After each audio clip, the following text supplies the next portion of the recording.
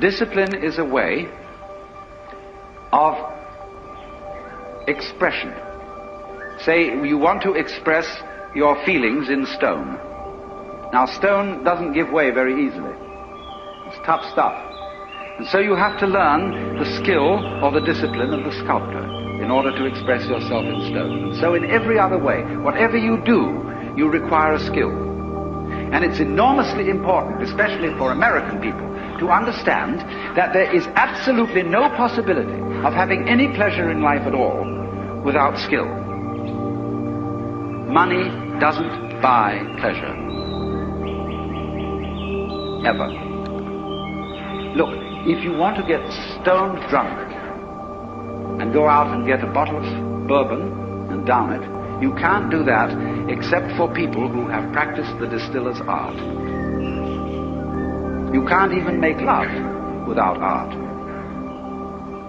Where I live in Sausalito, we have a harbor full of ever so many pleasure craft.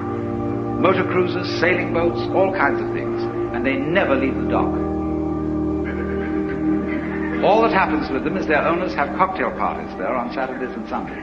Because they discovered, having bought these things, that the discipline of sailing is difficult to learn and takes a lot of time. And they didn't have time for it, so they just bought the thing as a status symbol. So, in other words, you can't have pleasure in life without skill. But it isn't an unpleasant task to learn a skill.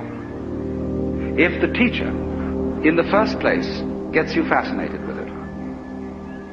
There is immense pleasure in learning how to do anything skillfully. To make carpentry things, to cook, to write, to calculate, anything you want. It can be immensely pleasurable to learn the discipline. And it is completely indispensable.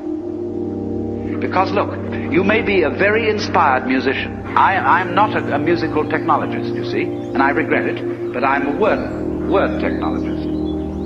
But I can hear in my head all kinds of symphonies and all kinds of marvelous compositions, but I don't have the technique to write them down on paper and share them with somebody else.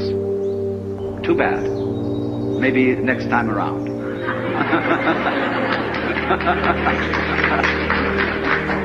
But you see, so far as words are concerned, I can express ideas because I have studied language. And I work very hard.